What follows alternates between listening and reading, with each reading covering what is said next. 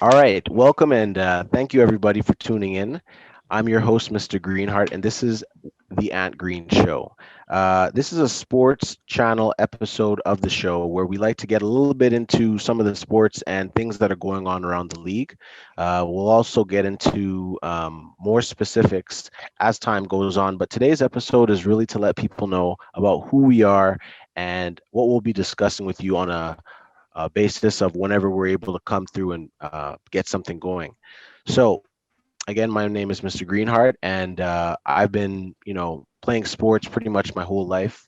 I've played basketball, football, and soccer, but I do gravitate a little bit more towards basketball. And one of the reasons why I started this sports podcast is because I wanted to get discussions with people to get different points of opinions, points of views, and also just to give you alternative media so that you're not always listening to mainstream. You're not always listening to the top guys that maybe have some biases.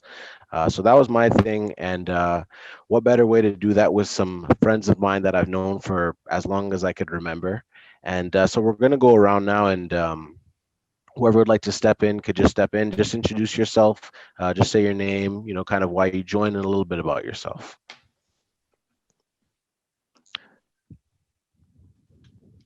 Anybody So want to? Oh yeah, sure. I'll go ahead and lead the way. Yeah, my name is Qureshy. Happy to join the podcast, and one of the main reasons I wanted to get involved with it, especially with COVID and everything that's going around. There's not much to do, and what better way to reunite with some friends, talk everything sports, hoops, basketball, football, and everything in yeah, between, and get our opinions across. And personally, I'm a huge sports fanatic across all the leagues. I love hockey, basketball, baseball, football. I like it all. mhm, So it was just a great way to get together with nice. people I know, people I like, and talk sports. Nice. No, it's all good, man. And I appreciate you being here because your point of view and the way you see sports, you've been around for a while, so definitely interested to hear your opinion on what we'll be discussing today. Who'd like to go next? I don't know. Kenton, are you feeling good to go up? Sure, absolutely, absolutely. So yes, my name is Kenton Lowe, um, and the main reason why I wanted to join this podcast is because sports is definitely one of the big topics that I like to talk about and, Mm, and speak about with friends and even strangers. I mean, that's definitely a good segue for me to start opening up and talking with people. yeah. It was also a way to kind of communicate with some friends. I haven't seen, most of you guys haven't seen it in the good, like, I haven't seen it too often in the last year because of the situation at hand. So I figured it was Right. a good way Right. to kind of like, get together with you guys, link up every once in a while and, just do what we would normally do in a in-body setting anyway. So I figured why not, Yeah. No. um, Absolutely, man. similar to Harris, I'm kind of, I'm into everything. I'm into, basketball, football, soccer, baseball, Hmm. like I said, sports is basically my segue to conversation. So if anyone wants to really get into it with me, I can talk sports all day, and that's one of the reasons why I wanted to join this podcast. And it's also 100%. something I wanted to try. Definitely something I wanted to get into. I wanted to do podcasting and just sports talk radio was something that I'm very passionate about. So I was definitely on board when you approached me with this idea, and I'm definitely Yeah, looking man. forward to what's to come. Awesome. I appreciate it, man. And thanks for being here. It's really great to see you. Obviously, we have, you know, I mean, you're connected with everybody online, but being able to see somebody spend that time with them and, have a good conversation. This is really the best time to do it. So I think there's going to be a lot of good discussions that come out of that. Absolutely. Absolutely. Yeah. Mr. Money. Hi, my name is Jelanie Duhaney. I've known Rahshawn, Greenidge, and Kenton Lowe for over 20 years. We go back from like summer camp, and I've known Harris for over a couple of years now. So, like I said, I've joined the podcast because of the primary fact that I'm a sports fanatic. I love basketball, I love football, hockey, um, boxing, UFC. That those are Hmm. like my main sports. I'm also a basketball coach at Sun Youth. So when Mr. Greenidge approached me the idea about talking about basketball, that was right up my alley. So Hmm. it's It's great. perfect. I'm looking forward to future podcasts and whatnot, and I'm just great. I'm just happy to be here. That's amazing, man. And yeah, Sun Youth, man, they're on the rise with you under Yep. the realm. I know I've done a bit of homework. I've heard you've got a chip or two under your belt. So congrats to you, sir. And happy to Thank you have very you much. on board. Looking forward to seeing how that all plays out. But I want to give the audience here. So, guys, I want to give you a quick recap of what we're going to be going over today. Um, as this is our first episode, I really didn't want to dive too deep into anything. I wanted you to get a feel for who we are and how we converse amongst each other.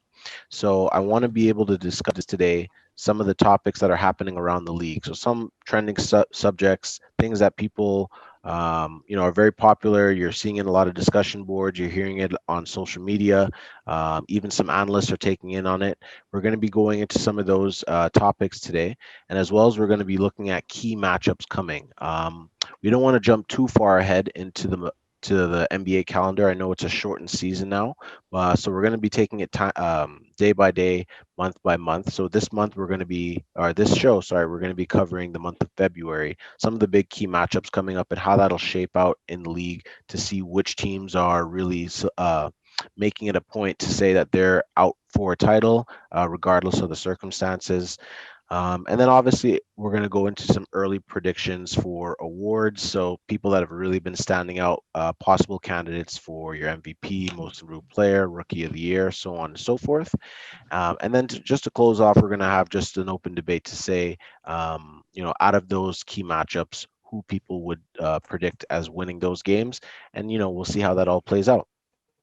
So, I guess one of the first subjects that we all came to grips with is obviously the situation at hand and how the players are dealing with this crisis that's going on.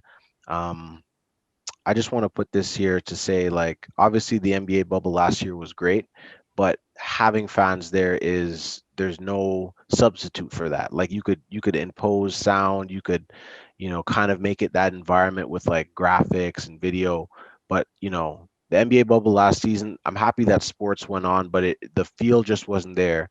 And the way things are looking right now, I've been seeing a lot of games getting postponed. I don't know about you guys, Yeah. and players are going in and out of the lineup. You sometimes forget who is out because of whatever health protocol issue, and some guys are obviously injured reserve. But I want to just put it out there to you guys. Like, what are your thoughts in terms of if the NBA will be able to pull this off again, knowing that they're already losing a bunch of games, and it may possibly be some key games coming down the line that really generate the attention. What are you guys thinking about that so far? Yeah, I think the NBA can finish out the season. I think reason being is especially with some of the news that was in the headlines last week was about the player safety protocol and having NBA potentially moving on up in the vaccination process and getting the players vaccinated. I know earlier the NBA had said that they weren't going to jump any lines to do it, but I think now with the outbreaks that have happened, like Kenton had mentioned with the Washington Wizards, it's they need to salvage the season, and there's a lot at stake. The networks, the sponsorships, they can't afford to lose any more Right. money. So if it means jumping the line and even paying for a dose of vaccinations to come privately earlier and Mhm. get it, I think it's going to ultimately come down to that because you know what the NBA is all about, the dollars. So Right. personally, I do think the NBA will be able to finish the season not needing a bubble. No, really good point. I couldn't agree with you more because it's all about timing, and obviously there's some big things that have to happen for them. They have to be able to get that vaccination. They need to be able to get certain things to be able to, whatever, if it's hit their points or fill the mandate to be able to actually operate without people dropping out of the lineup and losing the games that they're losing and potentially losing the season. Um, Yeah. Yeah, for sure. What do you think, Kenton, overall? You think that it could play out? You think the season could kind of just work its way through? Honestly, it's going to be tough to ask players. I mean, it was already tough to get guys out there just to finish the season towards the tail end of last year. Mhm. You had guys who didn't want to go there to begin with because they didn't want to be away from their families. They didn't feel, I guess that whole idea of being away from their, their loved ones for X Mhm. amount of time, I guess kind of took a toll on them for especially if you look at the Clippers. I mean, there were reports that a lot of guys on the Clippers didn't even want to be in the bubble. So that could have, played a part in how their season ended. Mhm. That being said, I mean, the first time we had a bubble, I think there were less than 20 teams, if I'm not mistaken. So I mean, to shove all 32 teams in the bubble, that'd be a tall task as well. I mean, from a logistics standpoint, I think the NBA spent close to $200 million just to get that bubble going last year. So how much Yep. would it really cost them this year to get that going? You know what I mean? So there's a lot of obstacles. I think at this point, what they should aim to do is finish the regular season out as is. With the situation I had, I think right now they're up to like 20, if not close to above and beyond 20 games canceled so far. And we've only been playing basketball for not even a month now. So at this point, I think what they need to do is they need to focus on, okay, let's, get guys on board. I think we lost Kenton, you there? I Kenton. think we were just talking with Kenton here. Kenton, can you hear us okay? Yeah, I hear you guys. Am I good? Yeah. Yeah, you you're would good. cut off at a point. Okay, yeah, you're good Okay. now. Yeah. Yeah, no, Sorry. it's all good. Go on.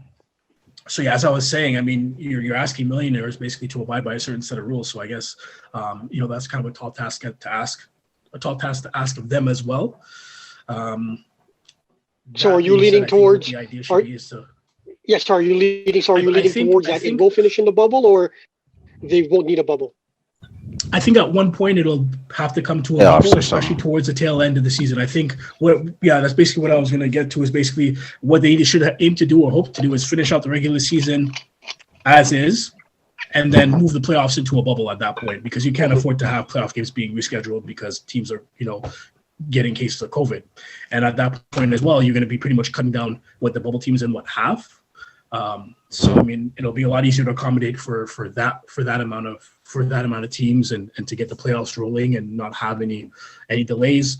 At that point, you say, okay, guys commit for 6 to 8 weeks. We're going to start the playoffs, get this done, and then move on to the next, and we'll deal with the next season as it comes. But I think right now it's going to be a tall task to ask 32 teams to go to a bubble. It's logistically, financially, it's definitely a tall task. 100%. No, 100%. It's like every industry is getting affected, so everybody has to be creative in how they're able to execute on whatever it is that they're trying to do, especially the NBA, knowing that there's so many teams involved, so many different cities, players are traveling in and out of different cities, a lot of logistics, a lot of things that are moving, and the main thing is the players' safety. So you want entertainment, you want sports because it's entertaining. It is a business, so business has to go on, but you want to ultimately protect the players. Fortunately, there hasn't been any large cases of deaths. It's really just been players who've got it and thankfully been able to recover. But you don't want to keep testing your luck, especially going in and out, and certain cities might have it more than others. I think the NBA could pull it off. I think the commissioner did a really good job, Adam Silver. I think he did a really good job with the bubble, and I think he's been doing a really good job since taking over.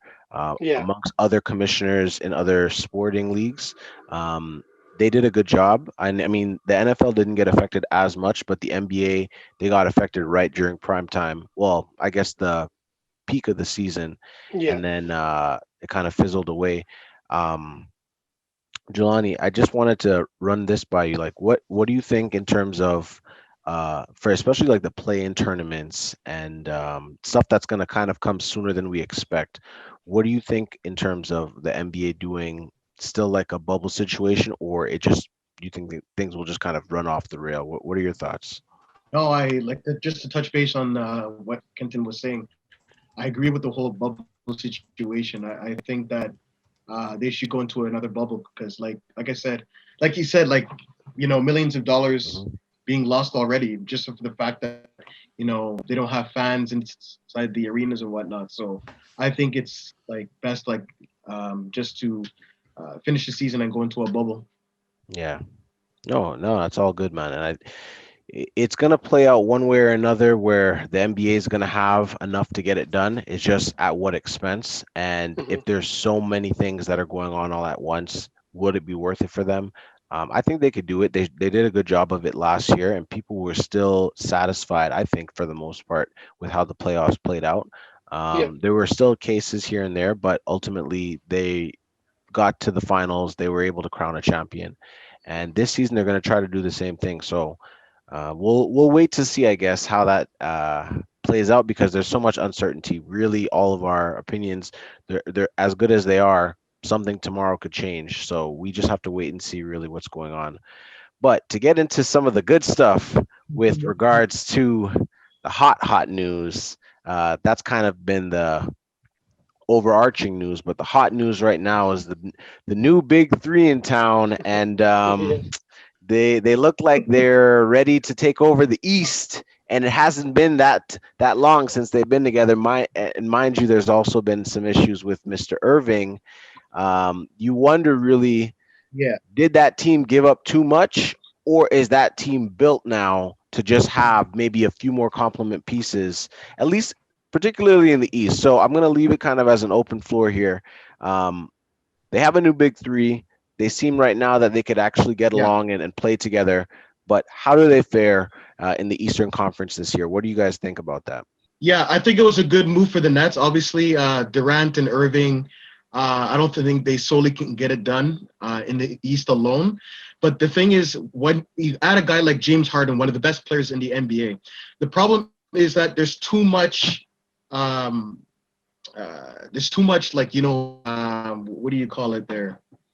There's too many guys that want the ball, right? yeah, So Harden had the same problem in Houston with Westbrook, and now he's going to have the same problem in Brooklyn because apparently, first of all, Kyrie Irving didn't want James Harden in the first place, but Hmm. Kevin did. So it already creates, a toxic situation as is. Hmm. But if Yeah, no, it's what's his true. name? What's the name of the coach there?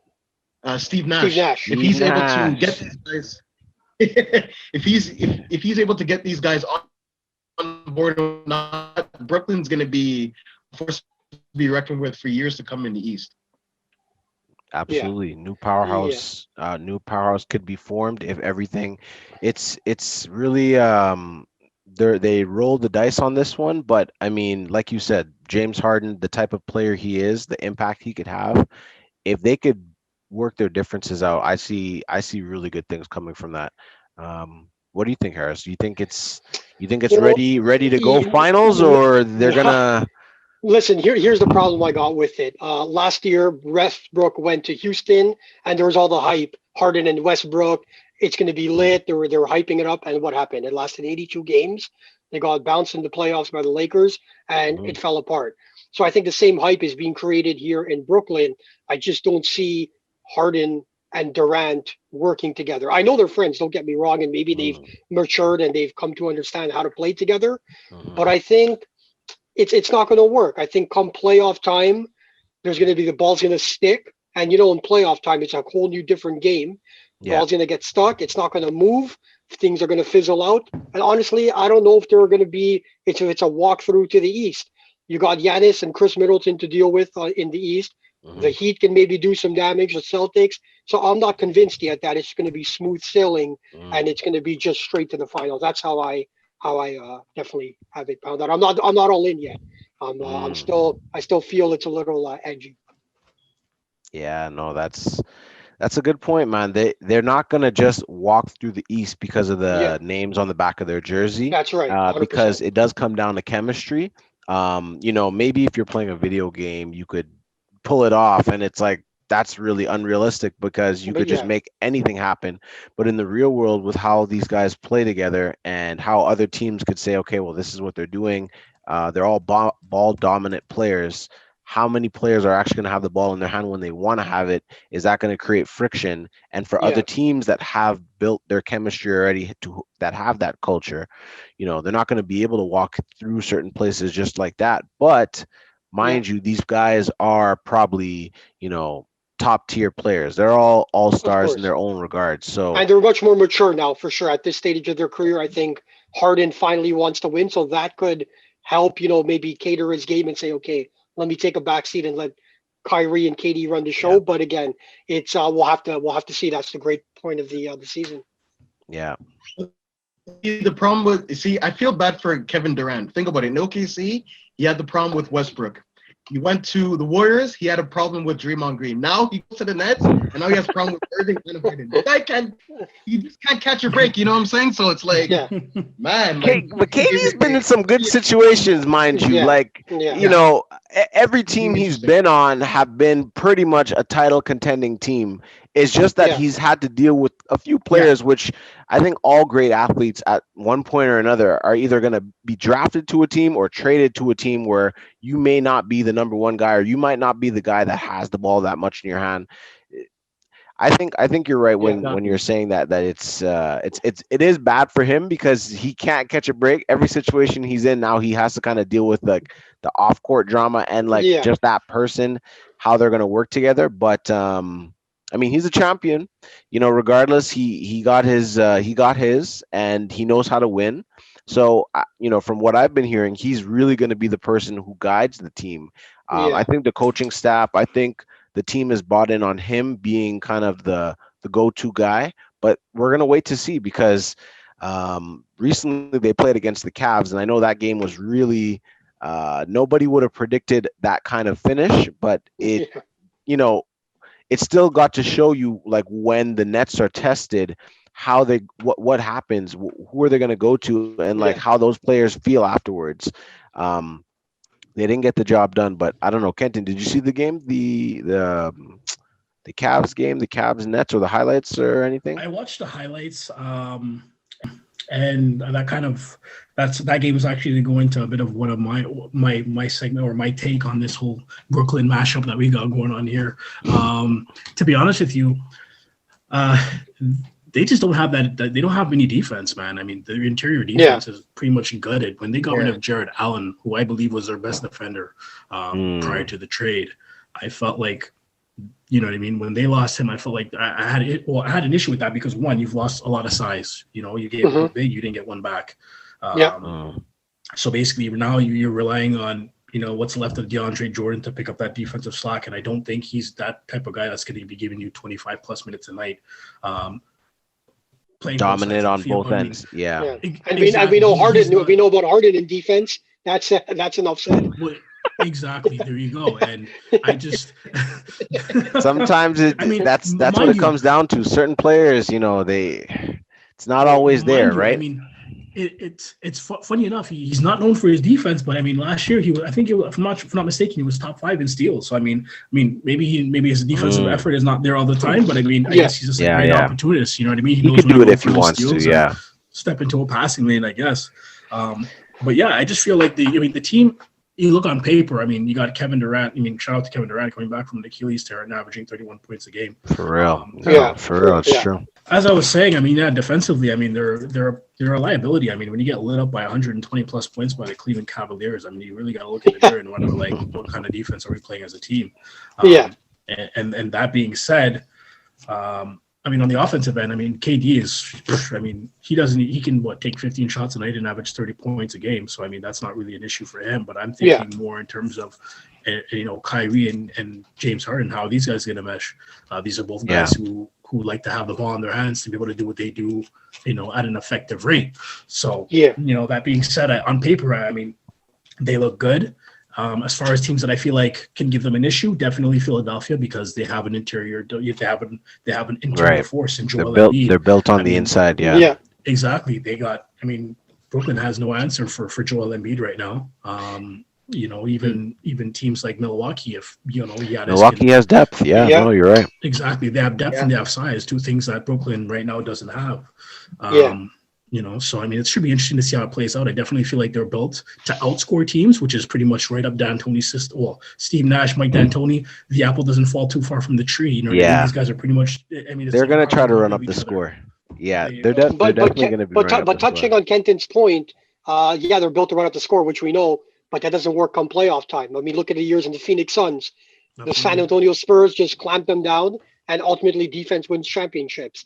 So I like what Kenton's touching on. It's going to come down to that. It's going to come down to that. Yeah, the defense. Yeah, you can score 130 points, but when your opponent's dropping 135 with ease, that's going to be your Achilles heel and your weakness for sure. Yeah, and one Exactly. other thing is like that team. Okay, so they got the players that they have. They pretty much have a core which, if you add anybody else to the picture, they're pretty much finals bound because the Mm, talent of that team is crazy. Um, the other thing that I wanted to discuss is regarding Kyrie, and yeah, I mean, I know he took his time off.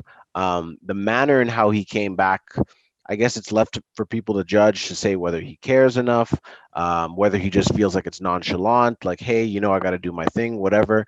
But some people also question whether it's actually who he is as a person and, what he's now doing for himself, saying, well, I know who I am. I know what I'm capable of. If I want to do these things, I can do them.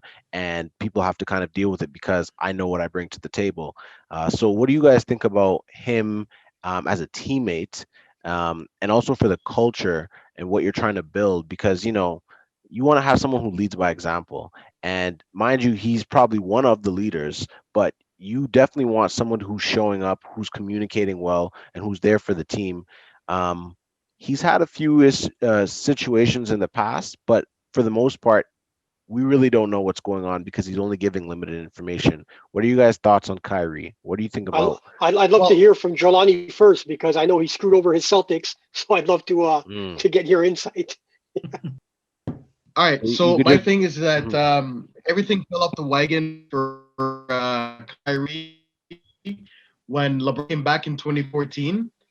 Um, and I don't know. Ever since then, like Mm, Kyrie's a different person now. Like he plays different. He talks to and treats his teammates different. Like I don't know. I'm really disappointed because he was like honestly one of my favorite players back then. And but like I said, I'm just really disappointed in him and the fact that when he got traded to Boston, I wasn't really too happy because I knew the type of player and the type of person that he was, and it wasn't gonna mesh with the young guys like Jalen Brown, Marcus Smart, Jason Tatum. mm, It wasn't working. So you know, when he decided not to resign in Boston and go to Brooklyn, I knew it Mhm. was a wrap. I knew it wasn't going to work. And then you mhm. get the nonsense of him not talking to the media, him having his reasons for whatever, and then deciding not to play, pulling a Randy Moss in 2001, saying, I play when I want to play, that type of thing. Like, it's that type of Yep, yep, attitude. yep. And this is coming from a basketball coach's point of view. Me as a person, I wouldn't want to have him as a player on my team. As good as he is, it's the Yeah. toxic cancer that I can't deal with. And it's Mhm. like you Mhm. put all your eggs in one basket. That's what happens. And he's a Yeah, good no, Yeah. player. Don't I get me hear wrong. that. No disrespect to what he brings to the game, but as a person, nah, he's just not. He's not cutting it for me. Mm. So I think, like I said before, it's not going to really work in Brooklyn. He I think he's on his way out. I think somewhere down the line the Nets are going to trade him because, Oh, like I you said, you it's not you going to think work. he's actually Something is going to. worth the trade? You think you would give up Kyrie for whatever you can get back, Yeah. just knowing the type of person he is, or would you wait? Oh, for sure. Okay, okay. I would definitely trade. Trade him for Alex Burke and get him to the Knicks. Our Yeah, day, man. Our time. Our we're time. not gonna Our get into time to the get Knicks him. yet, just yet. But yeah, What do you got? What else do you guys think? So you think Kyrie is really just? Yeah, I'll let Kenton go. I'd like to hear his point on this for sure. Yeah. I mean, Kyrie's a special guy, man. I mean, uh, he pretty much. It's funny because he's always talking about. I mean, at least the narrative before years past, he's always wanted to be the guy on his team, and it doesn't seem like he has those leadership tangibles that is Hmm. required to lead. Lead a team. That being said, I don't know. I feel like it could. I mean, maybe I'm looking too deep into this. Maybe he has mental health issues, man, and maybe he's just like right now, basketball is just not a priority for him. Yeah, Um, for sure. I mean, It could. It these could be. guys, these guys are human beings too, and sometimes life for them. I mean, I think we lost Kenton on the sound, but just to kind of follow up from what he was saying, Kyrie is definitely a special type of player. He he could do a lot of good things for your team, but I think at the same time you really need to know what you're doing when you get Kyrie, because it's managing him, it's managing that personality and knowing how that works with the team to really see if it's worth it. I think he could definitely still become an all-star point guard. Maybe there are things that are happening outside of his life that are higher priority. Maybe he just doesn't feel Sure. comfortable about sharing it. Of course. But And I he has know, no, and he has, sorry to touch on that, he has yeah, no right to share it. It's none of our business what goes yeah, on in his life. And I think that's Mm, one of the points I mm, wanted to come across. We don't know what he's dealing with outside. We really don't. We just think because he's making millions of dollars, life is yeah, all great. No, these people have real life problems, and it's not fair to us to just to question him and judge him.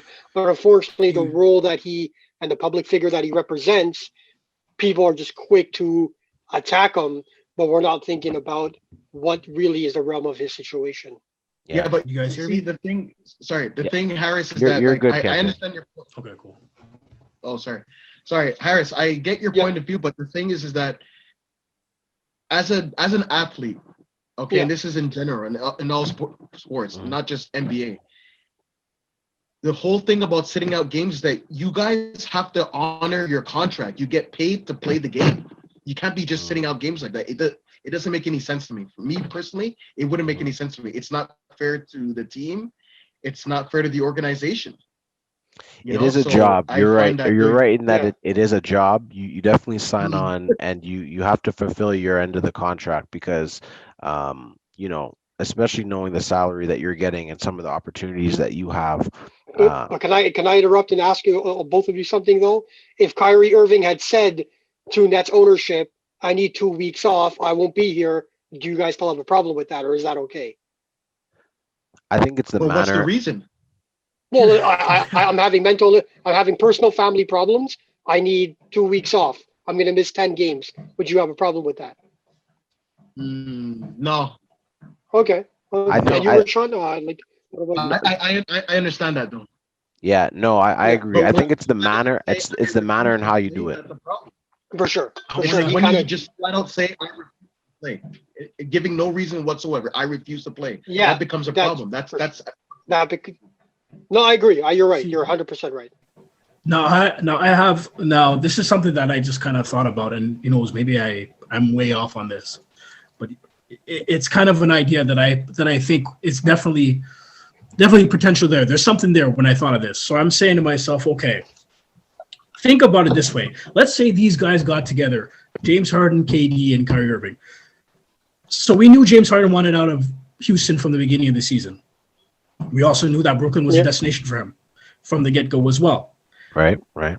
Maybe James Harden this whole time has been playing his way out of Houston, and the last 3-4 weeks, Kyrie Irving has played his way, or he's basically Mm, playing his way to stay in Brooklyn, because we know that at one point Kyrie Irving had to be on the table for James Harden to go to Brooklyn, or at least Kyrie Irving or KD, one of the two.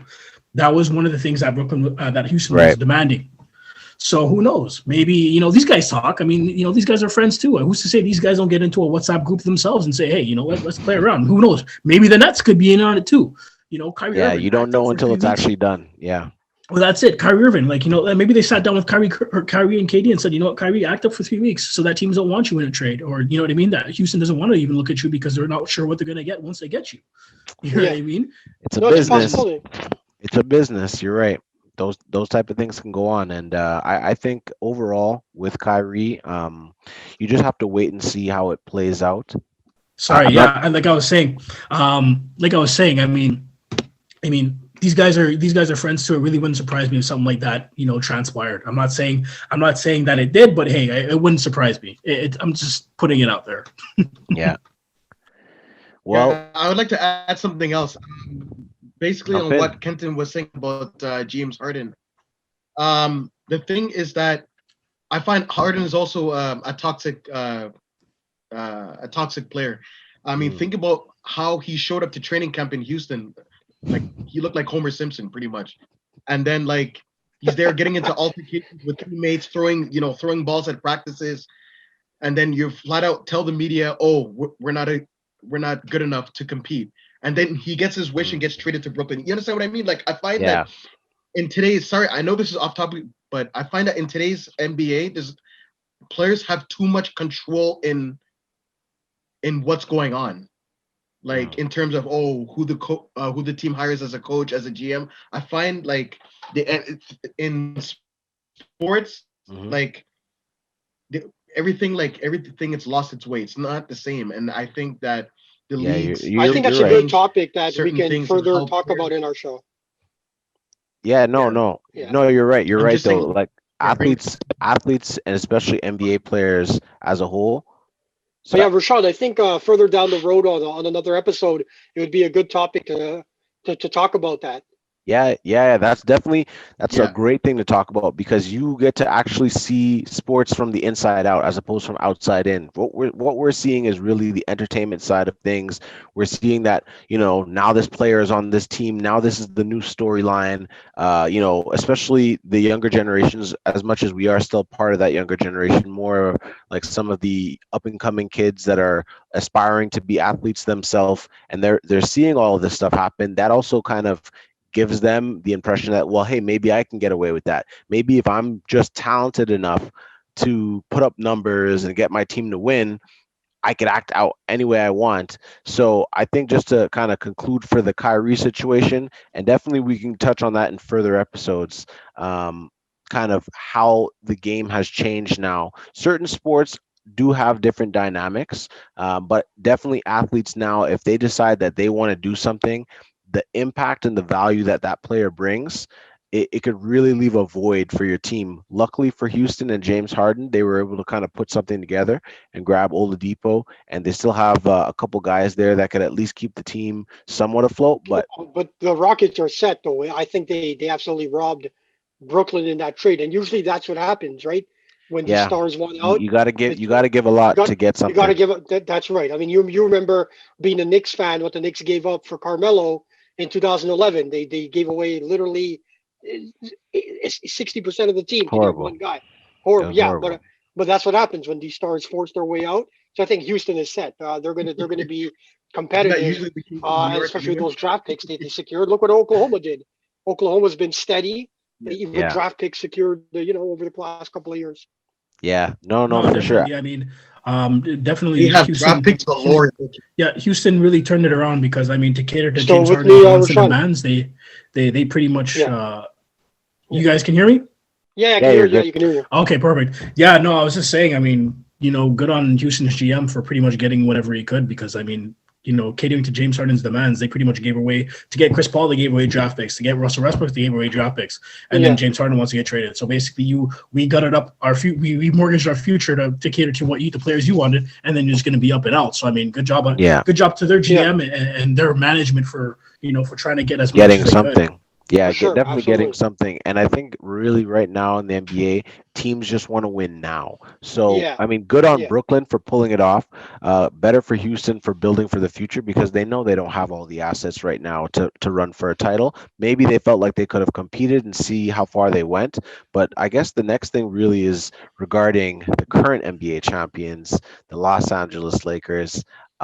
Right now, as it that's seems, right. yeah, that I know you got your purple and yellow always, and you've been representing for a while. But I think right now, as it stands, the Lakers, even though they've had a few games where they've lost, if you put them in a playoff series, they are a very dangerous group.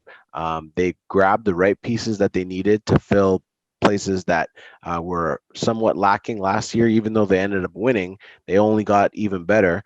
So now this is the discussion of everything really, is to know, can the Lakers repeat? And if so, who's going to give them the hardest time? Because they're not going to just easily walk to the finals. There's obviously teams that say, no, this is our Sure. year, regardless of the circumstances. Where do you guys see any team, or if any, multiple teams that could compete with LA right now? Sorry, I'll go first if you guys Yeah, don't sure. mind. No, of For course. me, I have three teams pretty much in the West. Number Okay. one is the Clippers. Yes, I understand that they lost their reigning sixth man of the year, Montrezl Harrell. Yeah. They lost a couple of guys, but at the end of the day, Kawhi Leonard, Paul George are still one of the best duos in the NBA, bar none. That's without saying. Yeah. No, they're capable of it for Um, sure. and they're still stinging from that playoff series last year Yeah, yeah, to the Nuggets in 7. So they have a lot to prove, and I think they can somewhat still give LA a chance if they get their act together. My other pick obviously is Denver. You know, you can't count out Denver. Denver is still Denver. That And Joker, last but not man. least, this is a sleeper, is Dallas. I like Oh, Dallas's chances as well. You like Dallas? Yeah. Yeah, Dallas is dangerous. Dallas is dangerous, and they're a little underrated, but they do have pieces. Doncic? Yeah.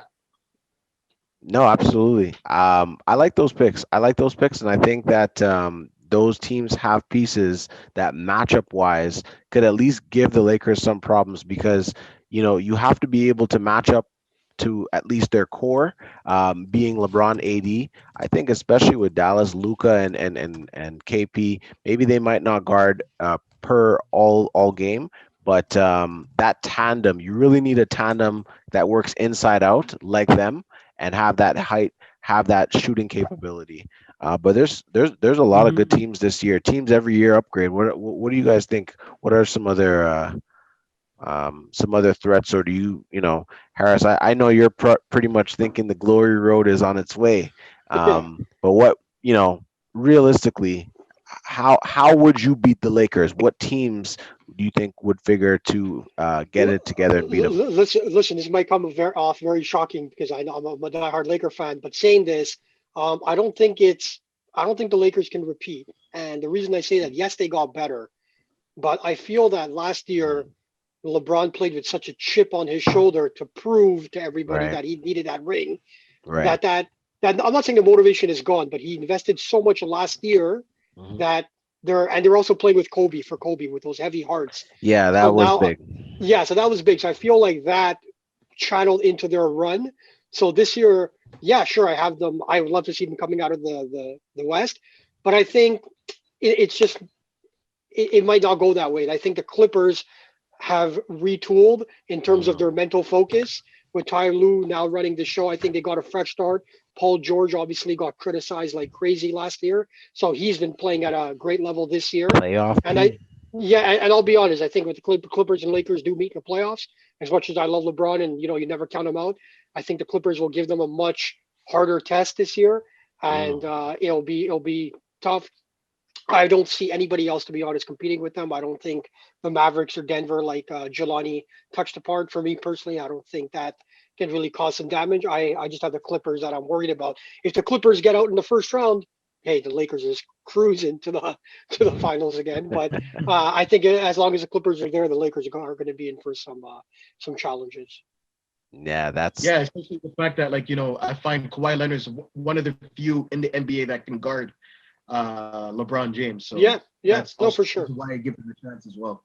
Yeah, yeah. yeah. And as much as Pat Beverly can't really guard LeBron, he's much smaller, but he gets in your nerves, right? He gets in your head. He plays Yeah, with you, and he and yeah. he he pisses you off, and he can be that instigator. So that could also be a problem as well.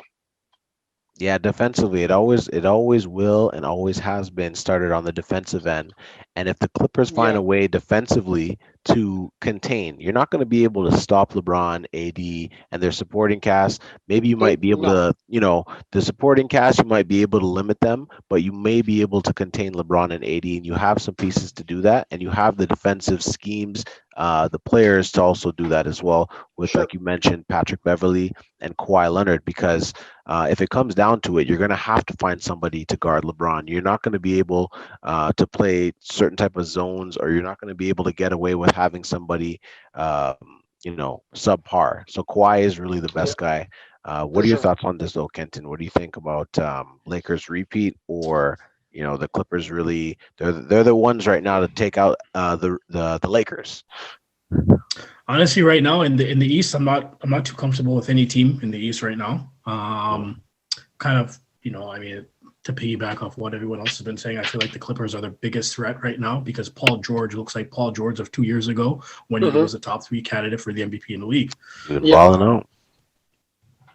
So I mean, definitely, and for some reason, for whatever it is, I mean, they'll drop a 3-1 lead to the Denver Nuggets, but I mean, against the Lakers, they seem to really turn it up, man. I don't know what it yeah. is. Maybe it's the whole idea of them being that second tier LA team. They just go to another level when they play against the Lakers. And I feel like if they were to meet in a series in a 7-game series, I really feel like it would go at least 6 or 7 games. Yeah. Yeah. This year is going to be Kenton, good. sorry, if I could just ask Kenton, who would you Yeah. see coming out if they played in the playoffs? Who would you ultimately, if you had to pick a winner, who would you say wins the series? If I had to pick a winner, I'd definitely. I mean, right now I'm still comfortable. I'm still comfortable saying that I feel like the Lakers are going to repeat. Okay. That's where I see, because I mean they've gotten better since last season. They're a better team. Yeah, they may not have as much size as they did last year because they lost JaVale McGee and Dwight Howard to free agency. But the youth, they got younger. They got younger. Yeah, they got younger. Also, they lost Rondo, which I feel like was a big part. Yeah, I feel like in the bubble playoffs, I feel like he was the third man up. I mean, AD, LeBron, and then Rondo was your next best player up. And man, biggest threat. He did a good job of running the offense when LeBron was on the bench, and playoff time, you need a guy like that. So I mean, as I said, I feel like the Lakers have the best shot, but I feel like the Clippers would give them some problems if they were to meet up in the series finals or in the series conference finals. Well said. So basically, if you're saying the Clippers have the best chance of beating LA, the way the Clippers are built this year, like I like some of the pieces they have. I think the Clippers found a way to bring back Nicholas Batum. They really resurrected his career, got him playing at a pretty good level. They got guys coming off the bench. Luke Kennard they picked up. Whether he's overpaid or not is a different question, but you want to add shooting. They also picked up Ibaka, so he's going to be pretty good in the pick and roll situation, especially defensively. So based on how the Clippers are built right now, definitely looks like they could take out LA. But is this year title or bust? Are they gonna, can you legitimately say with the road that they have to go through? Because mind you, last year, I don't think it was a lack of talent. I think it was really lack of leadership. So this year, there really has to be somebody who emerges as a leader. I know Paul George and Kawhi Leonard both technically share that responsibility. But last year, when you were up 3-1, you really needed somebody to step up and say, okay, now it's time to close out, and that kind of kept going on and going on. And mind you, everybody's super talented. You guys could put your points up, but who's really going to be the person to say, okay, guys, this is what it is. Like this, you could lean on me, so I'll be able to carry us through the games, but I'm also going to be the accountable person to say, like, I want to be the one to make sure that everyone's on track. So what do you guys think about them this season being a title bust or a bust? So sorry, either going to the title or a complete bust. Do you find that it's going to be those two extremes, or do you think that even if they make it to the Western Conference Finals, a place where they weren't last year, is that still successful, or is it just a bust season if they don't go to the NBA Finals? Yeah, I'd like to start on that actually. I think it's a bust. I think it has to be a title, or it's a bust. And the reason for that is because the Clippers brought it upon themselves. Patrick Beverley last year talked a lot of garbage, and they invested so heavily in that core of Leonard and Paul George. And then if there's no title this year for the Clippers, you have to start thinking further ahead that Kawhi, I think next year he's out of this year or next year, his contract, he can be a free agent and he could dip. And I think Steve Ballmer has just invested too much into this team for them not to be winning a championship. Even if they're getting to the finals, because I know the Clippers, I think, have one conference finals appearance or in their, so even getting to the finals, that's not going to get it done. And every year, just I don't want to always bring LeBron back into every segment, but it's always like if LeBron can't get it done with AD, it's a bust. So we're always putting this pressure and narrative on LeBron. Now it's time to put it on Kawhi and Paul George. Like you went to LA, they give you everything you wanted. You want to play 60 games. You wanted Paul George. You wanted this piece. You wanted that piece. Now you got to go out and play. So I really think you got to bring home that ship to Southern California for Clippers, or it's a bust. And then you got to look at breaking up the team. Is it worth salary cap, restrictions and so forth. Sorry, Jelanie, I know I cut you off. It looks like you wanted to get in on that. So jump in. What do you think, man? Yeah, just to touch on what Harris was saying. Yeah, Kawhi Leonard, I think he's in the last year of his contract, so it's going to be quite interesting how far he can lead the Clippers this year.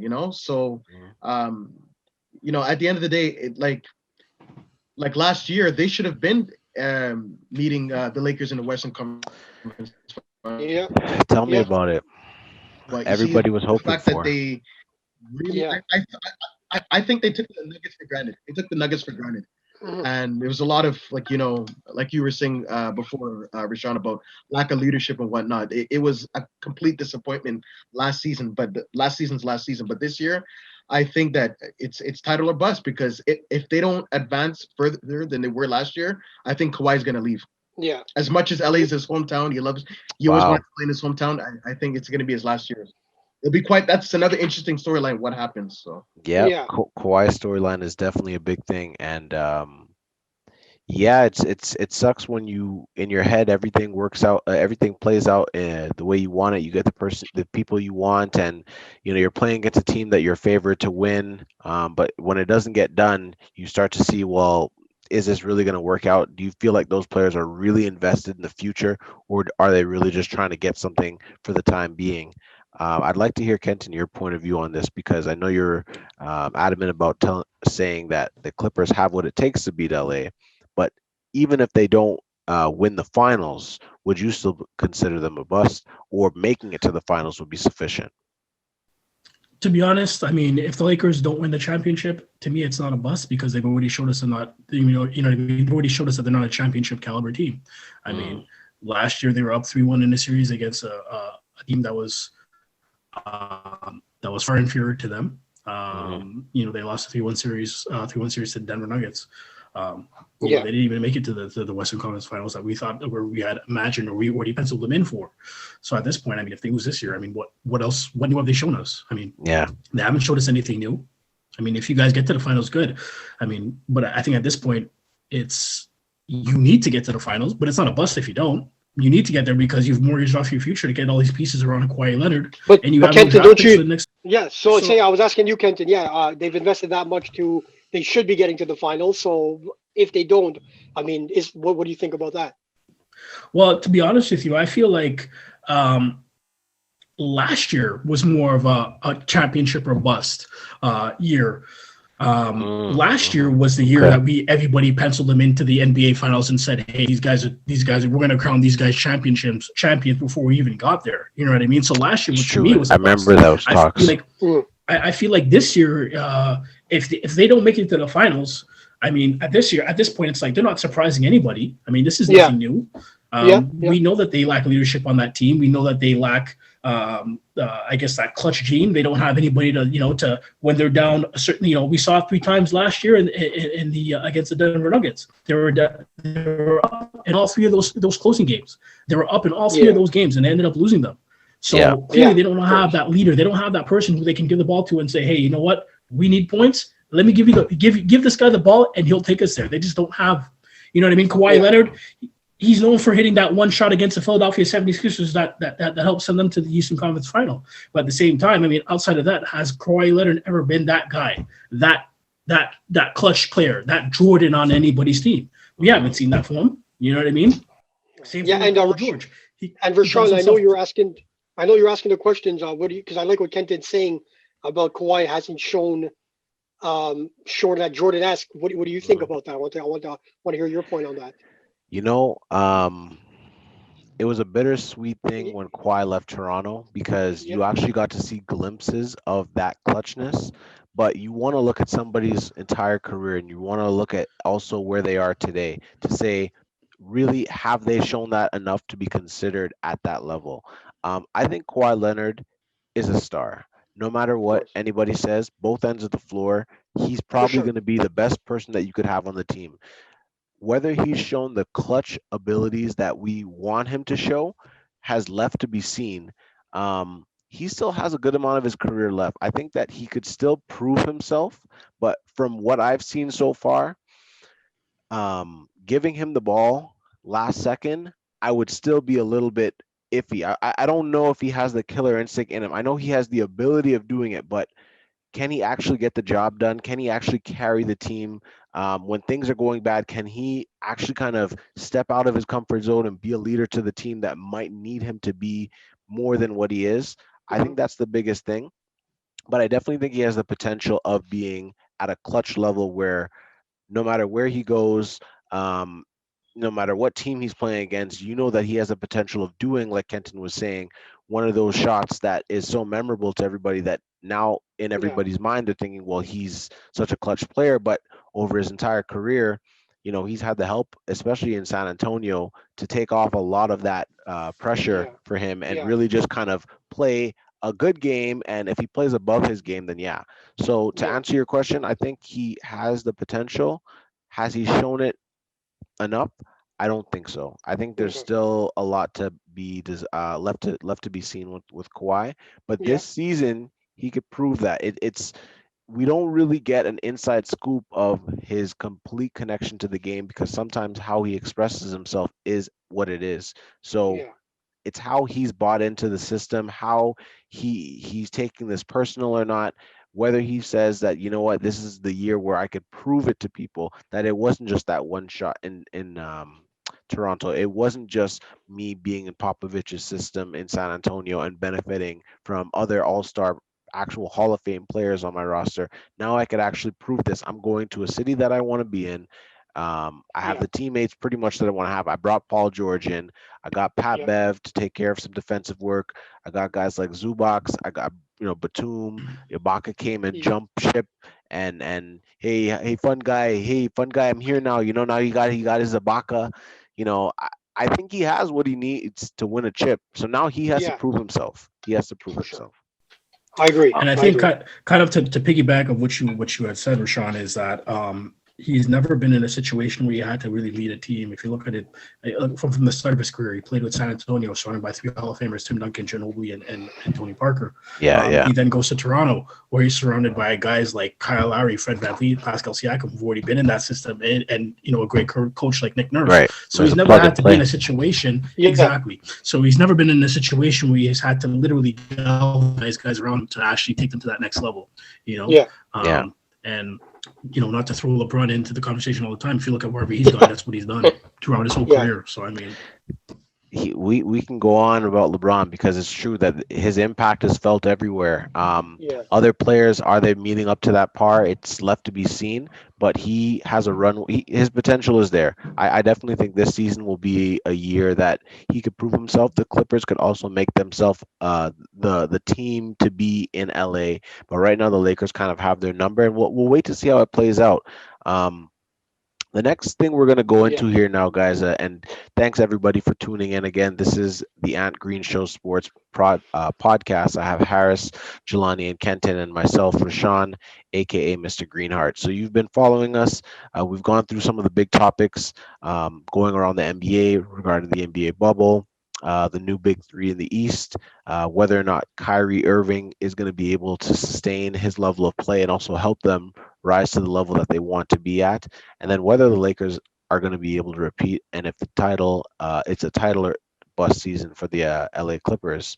So now what we're going to get into is some of the key matchups coming for the month of February, and then we're going to also finish out with some of our early season awards with some players who've really been standing out. So for the month of February, we have 3 games here that to me are actually going to be pretty big games because they are all potential finals predictions, but also they're teams that have a lot of history and ability of making it to that place. So they could be considered a threat when the playoffs come. So February 5th, 2021, we have Boston versus the Clippers. And since we've been talking about the Clippers, this is perfect to segue. Um, you know, Boston, Mr. J Money over Joe. there. Yeah. I know you definitely rep your green hard, but when it comes to this, definitely would love to hear from you and everybody else. But maybe you to kick things off, Boston versus the Clippers. What do you think? What do you think matchups wise? How do you think that's going to play out? Well, I think the key matchup, I think, is going to be possibly Tatum and Leonard. That's going to Yeah. be Yep. an interesting matchup. Yeah. Yeah. But, yeah. Other than that, I think it's going to come down to defense because find like Kawhi Leonard, Paul George, Patrick Beverley. These guys, these guys are defensive guys, and in Boston you have Jaylen Brown, Marcus Smart. These guys are defensive players. So like I said, it's going to come down to defense. But ultimately, in that game, I'm sad to say I think the Clippers are going to take that game because I don't know, Boston. They're still all over the place. They still need to figure things. No, they need to figure things out. Like Okay. they have I so like much that. potential, but You're right. I don't think it's play calling with. I don't think it's the play calling from Brad Stevens. I just think it's just chemistry. It's just not. It's not clicking. It's not clicking as good as it was when Irving was there, like with Kemba Walker, like, coming off an injury, like, things are still, in the early process, I find. So Still underachieving it in a remains way, to be right? seen. They have the right pieces, but For sure. they're not able to get the job done. They're always in the conversation, but in terms of playing against a team like the Clippers, it's going to come down to defense, but do they have enough pieces to be a team that's potentially ready to run for a title? Harris, I want to get your point on this too, because I know I don't know. you're We big got on the blown up by Clippers. the Knicks not too long ago. That doesn't really look too promising. So I don't know how we lose to the Knicks. Like, who loses to the Knicks? But that's another story. That is But yeah, another Rashawn, story. to Rashawn, answer your question in this specific matchup though for February 5th, I like Boston. I really do. I think even though Okay. despite their record at 8-6 currently, and I think the Clippers are 12-4, I just think when they're going to play each other, I like the matchups a little bit in Boston's favoritism. I like Jason Mhm. Tatum, young talent. I like what he's bringing on the offensive end, and Mhm. just overall the Celtics. I don't watch them much, keep in mind, but I mean, we did follow them last year in the playoffs. When you Yeah. think of Boston, you think of defense, and they're bringing that tough defense. Marcus Smart will get in your face. Jaylen Brown and also can play ball. We know that, and Both I ends, think yeah.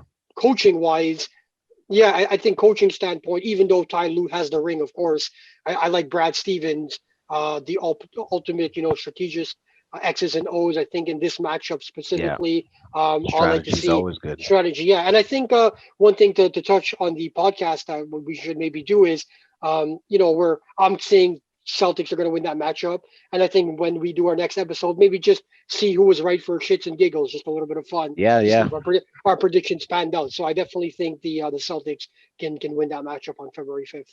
Definitely will be following up on those Yeah, predictions to see. I mean, yeah, Jelani made some good points. It does come down to defense. yeah. Kind of surprised to hear that the Clippers are going to pull through, but Boston has the right And pieces. then So, gotta and be Harris is right. realistic.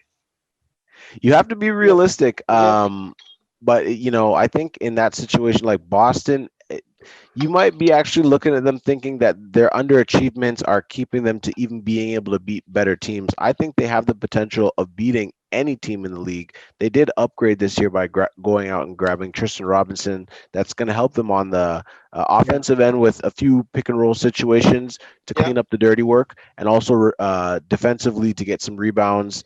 Maybe not that big of a shot blocker, and I think that's what Boston's issue is they really don't have that piece in the middle. They had a potential chance to get Miles Turner when it came to the Gordon Hayward situation, but that didn't end up playing out. And then Hayward ended up leaving. They did get Tristan Thompson, but I think that's Boston's biggest thing is they have a good backcourt. They have a great tandem with Tatum and Brown. To be honest, I actually really like Jaylen Brown this season more than ever because he shows that he could put it on the floor and get his own shot and put up the numbers that they need to actually be a winning team. And yep, then Harris, yep, like you were saying, really it's uh, the Boston Celtics have the right pieces right now. Brad yeah. Stevens has them playing the way they're playing. They have a Okay, pretty good bench. They have really good defensive players. Um, Kind of putting yep. all that together, Kenton. What do you think about the Clippers against Boston? I think it's a pretty good matchup, both sides. Oh, definitely. It's going to be a great matchup. Two great defensive teams. I'm just hoping by that point that there's no COVID affecting, how teams come out and how many players are Yeah, suiting up. that affects it a Because I know lot. that Boston was having issues with COVID for a little while. They had, had a few games where they didn't have any players. So at this point, I think the Clippers will probably come out and win that one. If both teams come out healthy. Mhm. But as I said, I mean, at this point, we don't even know on a day-to-day basis who's going to be playing when, because it seems like guys are dropping out like flies. So, I mean, at this point, hopefully both teams are healthy. And if that's the case, I feel like the Clippers may pull that one out, Yeah, that's going to be a good game. So definitely looking forward to seeing how that plays out. And we will definitely follow up to see who's got Sure. the right point on that. The next one we have on the calendar is for the February 18th game, Brooklyn Lakers. Now, this to a lot of people might seem like a finals prediction. Brooklyn still has a lot to prove. There's still too much of a new team to just guarantee them the finals, but this does have a potential finals implication. Um, Harris, being that you're the Lakers fan, and I know that you know that LA has gotten better, dealing with the new big three, how are those matchups going to play out? Is it going to be more of a team effort, or are you going to see LeBron tell himself whoever is hot that night, he's guarding them? What are your thoughts on that? Yeah, well, first off, I think everyone's got this. Any NBA fans got this game circled on their calendar for sure. For the Yeah. storylines within, especially the comments Kyrie made in the offseason about now having a teammate that he can finally trust to nail Mm, that clutch shot. I think LeBron even said, it hurt him, it rubbed him the wrong way. He was disappointing to hear that. So I think that game from a prediction standpoint, I think LeBron that's one of the games where LeBron's going to be so motivated, where mhm. it's going to be like his game seven. So I feel he's going to take whatever challenge it calls for. If he's got to pick up Kyrie 90 feet, both ends of the floor, if he's got to pick up Durant for 4 or 5 minute stretches of the game, Yeah, if he's got to pick up Harden, whatever it takes. So I yeah, think the big three aspect, and then Davis too, with LeBron obviously them being boys on the same team now, he's mhm. going to be motivated too. That okay, these guys are talking trash about my boy LeBron. We got to bring our A game. So I think from that standpoint, Lakers going to be locked in. I like that first matchup going to LA, no doubt about it. Yeah. I think, yeah, I think LeBron's just gonna he's gonna show us again why he's LeBron James. You're gonna see him clamp down when needed, and Lead it, the it's team, right? Yeah. yeah, and again, what Kenton was kind of touching upon. Who knows if we're even gonna get to that point if everyone's gonna be healthy or not? But if Kyrie is playing, which I hope he is, because we really want to see that matchup, I think Kyrie's going to also be in that mind where I need to show LeBron that I'm still the guy, and it's going to kind of drift away from their game plan. So it might Mhm. not go in Brooklyn's favor. So I really Yeah. like It's a I like the personal Lakers winning that. personal touches to Personal, that. that's it. So I think Yeah, yeah. and Katie, you know how Katie feels, right? It's always LeBron, LeBron, LeBron. So he's going to want to show himself. But I think that first matchup, I like it going to LA. LA. Okay. Yeah. I hear you on that. I hear you on that. What are your thoughts on that, Jelani? You think LA is just going to be too much? Like, who's going to check AD? Like, at the end of the day, LeBron, they might be able to somewhat contain, but who is really like, what do you think? Where is this? Which way is this going to go? Definitely. Honestly, I agree with Harris. I think it's going to be LA. I mean, like you said, I think Durant's going to lock up LeBron. It's been proven Mm, he can do it. But in terms of AD, like I don't know. I don't see anyone in the. I don't see anyone in Brooklyn that those are can lock the, down AD. It's gonna come down to the bench. The bench is really gonna play a role, and I yeah. think LA obviously has a better bench than Brooklyn. So I'm gonna go with LA in this one. LA, cool. So we got two LA picks, and Kenton, what Yeah. do you got? I'm gonna have to go against the grain on you guys with you guys again, man. I'm gonna go with Brooklyn in this one because Oh, I think it's gonna be a different look for LA. Definitely, they haven't seen a team with that kind of firepower. I know that LA is ranked number one defense right now in the league, if I'm not mistaken, or at least at the very least they're top three. But their Achilles heel has always been, at least within the last 2 years, their Achilles heel has been always been the perimeter defense and guarding the outside. That being mhm. said, I think Brooklyn has probably the best team in terms of being able to play on the outside. And, you Yeah, got three guys who can pretty much Yeah. shoot from 30, you know? So, yeah. I mean, at this point, I think it's going to be a different look for LA. I think it's going to be tough for them to adjust. And that being said, I think Brooklyn will do enough to pull out the win in that first matchup. Cool, cool. So we and Rashawn, what about you? I'd like to. Who do you got for that key matchup? This matchup, I'm really undecided. I think from what the Lakers have already proven this season that they're looking to go for the championship or nothing. LeBron James has been able to carry a team, and especially recently when they played against the Bucks, he was doing a little bit of everything. And if AD just shows up a little bit more than he's supposed to, it's going to cause a lot of match problems. I actually like LA winning this game. Reason being, they have the pieces, they have the role players who know their position. Yeah, Brooklyn, as talented as they are, will cause problems for the Lakers in the backcourt. But when it comes down to the fourth quarter and the game slows down a bit and it's a half-court offense, uh, there's still a lot to be seen with James Harden, Kyrie Irving, and Kevin Durant all being on the floor together, knowing that they're playing against a caliber team like the Lakers and seeing how they mesh together to see if they're able to get the job done. Because ultimately, being all ball dominant players, maybe not so much with KD because KD can kind of work in and out, but Hmm. being that Harden and Kyrie are both ball dominant players and that's how they excel, the Lakers will know that, and the Lakers defensively might be able to play certain schemes to make sure that they can contain them as much as possible. But when it comes to the interior defense, that's where they might be lacking a little bit. So I Hmm. really think Brooklyn needs to find themselves a centerpiece in the middle. I'm not sure who they can get at this point, but that will probably be one of their biggest issues is the interior defense, along with dealing with a player like LeBron, AD, and the supporting cast who know their Hmm. positions and who are all ready to go with LeBron's leadership and follow his lead. So I have LA winning this game, Cool. absolutely Cool. for that. So we And got 3 picks on LA and one on Brooklyn. I'll be a fun one to reconvene on in the future. three LA, one Brooklyn. Kenton, you might be right. That Brooklyn For might sure. go off. I don't doubt it. I don't doubt it. I Yeah. think No, any of night they course, can of go course. off. It can But go either. Absolutely, it can go either way. I think there's no wrong prediction for sure. yeah. And I think the last game we have here now is February 25th, 2021, Dallas versus Philly. Now, before we get into this, I just want to quickly say Dallas and Philly, record-wise, they're right now leading the league, and they're also making it known that they are potentially one of the underdog teams that could contend for a title. One being Philadelphia has really started to buy into Doc Rivers' system in terms of being defensive minded and making sure that everybody's held accountable. And Embiid is starting to play up to his potential, which has them leading the East. Versus Dallas, which is obviously a really great up and coming team in the West, and Luka Doncic is just playing out of his mind in terms of what he's able to do on the floor, his impact, and when it comes down to it, actually getting his team to win, which he's been able to do so far.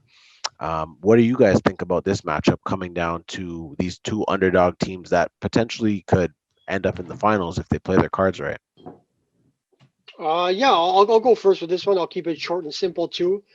Personally, for this matchup, I like the Sixers, and for one reason only: them being at home. If you look at last year before the bubble happened, the Yeah. Sixers were 31-4 at home, so that's a great, astonishing record. And this year, if you look, they're 9-1 at home. Hmm. So clearly, Philly Yep. Yep. can ball at home. We know that. Everyone knows that. So I just like them right now. That February 25th matchup at Wells Fargo Center in Philly. I'm going Yeah. to have to go with Philly for that reason. Nice. Kenton, what do you think? Straight case Philadelphia, or is Dallas actually going to be able to cause a problem for Embiid and to be able to affect their home Yeah, record? I'm gonna go. Oh, Johnny, for sure, go right in. Yeah, I honestly agree. I think that Philly is definitely gonna take that game for the simple fact that Philly has so many scoring options, and they have so many like main guys that can score, like Tobias Harris, Joel Embiid, Ben Simmons. It's gonna be too much for Dallas, and Dallas, like Doncic doesn't have that, second guy that can help him with the scoring. Hmm. So it's gonna Yeah, be. and I'm taking Porzingis has Philly on been this one. very inconsistent. Yeah, I like what Jelani said, right? Because I think Porzingis hasn't really shown yet to be that consistent second scorer. Yeah. Okay, cool. So we got Yeah. two for Philly. Is that three for three, Kenton? You thinking the same thing? Philly This all the this, way? this, this guy's going to break the cycle again. No, actually, I find kind of to Harris's point, the Sixers play great basketball at home, so I'm definitely gonna go with the Sixers in this matchup. But I do think that if Porzingis is healthy, I think that'll be a great showcase. That'll be a great game to watch. I mean, they could definitely be a problem for Philadelphia if Porzingis is healthy and he's playing on his A game. I mean, since It's he's been back, I true. think he's averaging over 25 points. I mean, the thing is with Porzingis is, I mean, it's not so much his playing, it's his availability. I mean, you never know if he's going to be available from game to game now. I mean, at one point, I remember he was he was an all-star before he got traded to the Dallas Mavericks. But ever since that knee injury, I feel like he's been in and out of the lineups, and he's just not reliable at this point. So, I mean, I don't know what the case is. I think now he's playing back-to-backs, if I'm not mistaken. So if that's the case and he's good to go for that matchup, then it could definitely be an interesting game. Yep. So we got 3 for Philly. That's interesting. But you know what? They have the right pieces right now. Dallas is also a very capable team, but I think Philly has proven this year, especially with Embiid and especially with their home record, that they mean business. And if they're able to keep that up, I see them going far in the East. So for this matchup, I think Philly is definitely going to be a team to look at. All right. Also, while we're on the 76ers, I mean, shout out to the 76ers, man, playing an NBA game with 7 players, man. That's like some Brookwood style. That's some Brookwood stuff right there, man. So, hey, hats off to those guys for getting it done. Yeah, you know that for professional athletes, you're asked a lot sometimes to be able to win games, but if you have less personnel and you still have to get the job done and you're able to do it, like shout outs to you for real. So Philly is a dangerous bunch with or without the people that they need in the lineup. So all good for that. I think right now what we're going to finish off with is some of our early prediction awards. So we're going to just kind of pass this around. We can kind of just give it rapid fire if you guys want. We're going to go into some early predictions, and then we'll just kind of recap everything and make our announcements for the next show. So I'll start with Jelanie on this one. Jelanie, you still there? You with us? Yeah.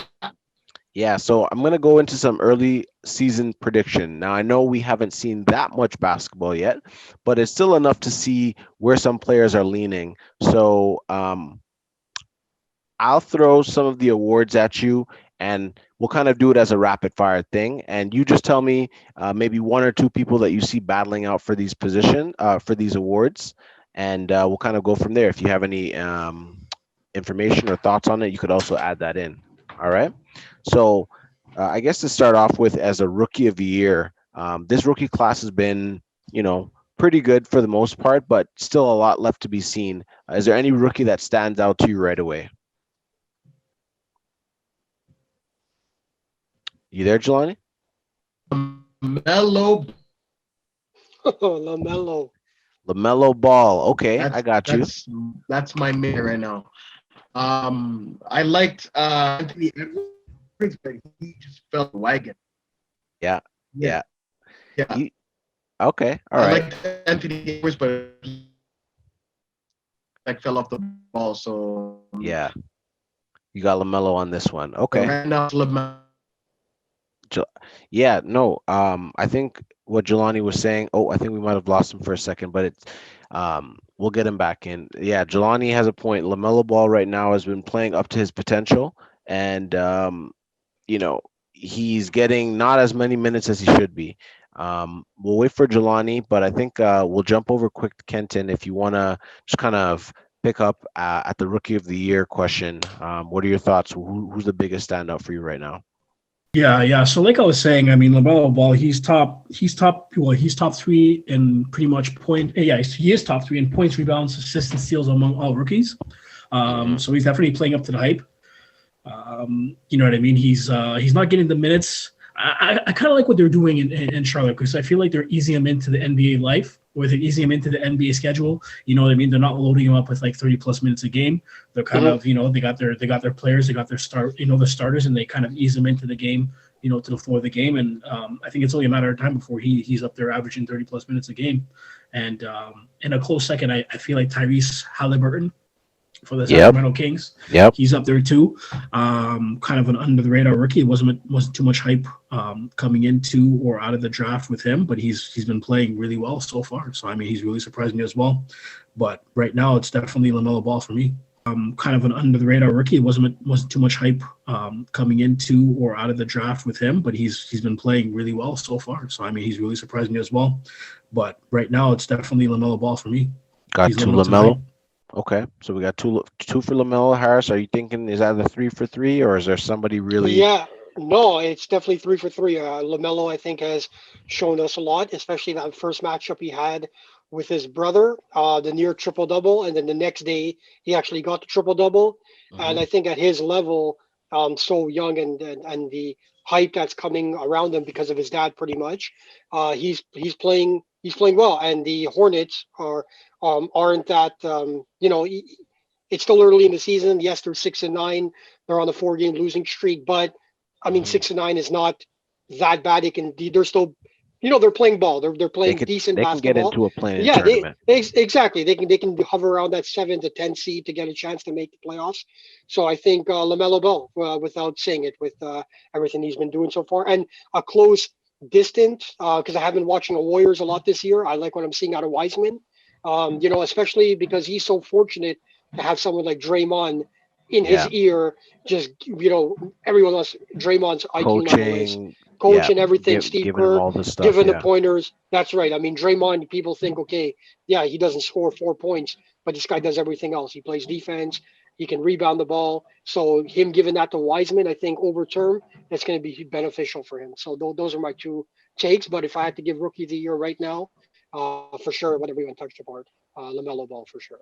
yeah. And just to kind of conclude that, I think also you made a really good point. Wiseman has a great player coach in Draymond, Yeah, and he also has shown a lot in a very short period of time, minus training camp, minus an entire season, yeah, minus summer league, I guess if you want to call it. So he's really asked a lot. He's already in the starting lineup. He's already somebody who they're looking towards to get quality minutes. So I actually think James Wiseman is a little slight favorite in my opinion for Rookie of the Year. Mind you, it will be dependent on how far he could help take the Golden State Warriors in the position that they're in. yeah. If not for Wiseman, I'll definitely say LaMelo Ball. He looks like he's going to be able to average triple doubles every now and then, or Yep. at least double doubles, and he's a lot. He's underrated in certain areas that people thought he would have been not as good in. So definitely, it's between those two right now. But I like Tyrese Halliburton. I know the Knicks Hmm. didn't end up going with him, but he is a quality guard and not afraid to shoot it and also a good leader, a floor general on the court. Anthony Edwards is a really good pick as well, but being in Minnesota, you definitely have to bring your A game and make sure that you could get enough things going to make that happen. We'll Hmm. jump over to most improved player. We're gonna see if we get Jelani back in a little bit, but we're gonna jump quickly and just try to get these out here. Oh, Jelani's back. Jelani, you there? Perfect. Perfect timing, my man. You're actually up. We're gonna jump and we're gonna jump quickly into these segments so that we can get you guys' point of view. Jelani, you can hear us okay? Yeah, sorry, man. My thing cut out. Sorry, guys. No Apologize. problem. No problem, man. You made it back just in time. We're jumping. We're going to be doing this rapid fire here, so we're going to jump into most improved player. First name that comes to mind for you. If there's somebody that's just really been playing above their potential right now. Brandon Ingram. That's it. I'll Oh, leave it at that, man. and I'll let someone else take over. Brandon Brandon Ingram. Ingram. Yeah, he Yep. Yeah, was one of my guys. Yeah, it's still early to say, but right now, Brandon Ingram. Yeah, I agree. yeah. Nice. No, Kenton. for me, and I'm surprised. I'm surprised Jay Money didn't think of this or didn't come out with this name. But I'm thinking Jaylen Brown, man. That's definitely my most improved player right now because Okay. you look at what he's done defensively. His field goal percentage has gone up this year. 3-point percentage has gone up this year. Points per game has gone up this year. He's averaging 3.7 assists per game. So I mean, all of his numbers have gone up. Mhm. He's actually, from a statistic perspective, he's actually a top 20 player right now. So I mean, he's definitely balling out right now. I definitely would have him as my most improved player thus far in the season. Yep. I'm actually gonna say that my most improved, and this might be a little bit of a tribute to the hometown team, but I actually have Chris Boucher as a most Okay. improved player, and the reason being is since Ibaka has left and now he's given his opportunity to kind of show what he could do both defensively and offensively, he's actually been able to carry the Raptors through some games where they needed his production offensively and averaging the blocks that he's getting right now and his Yeah. impact on the floor, his 3-point shooting.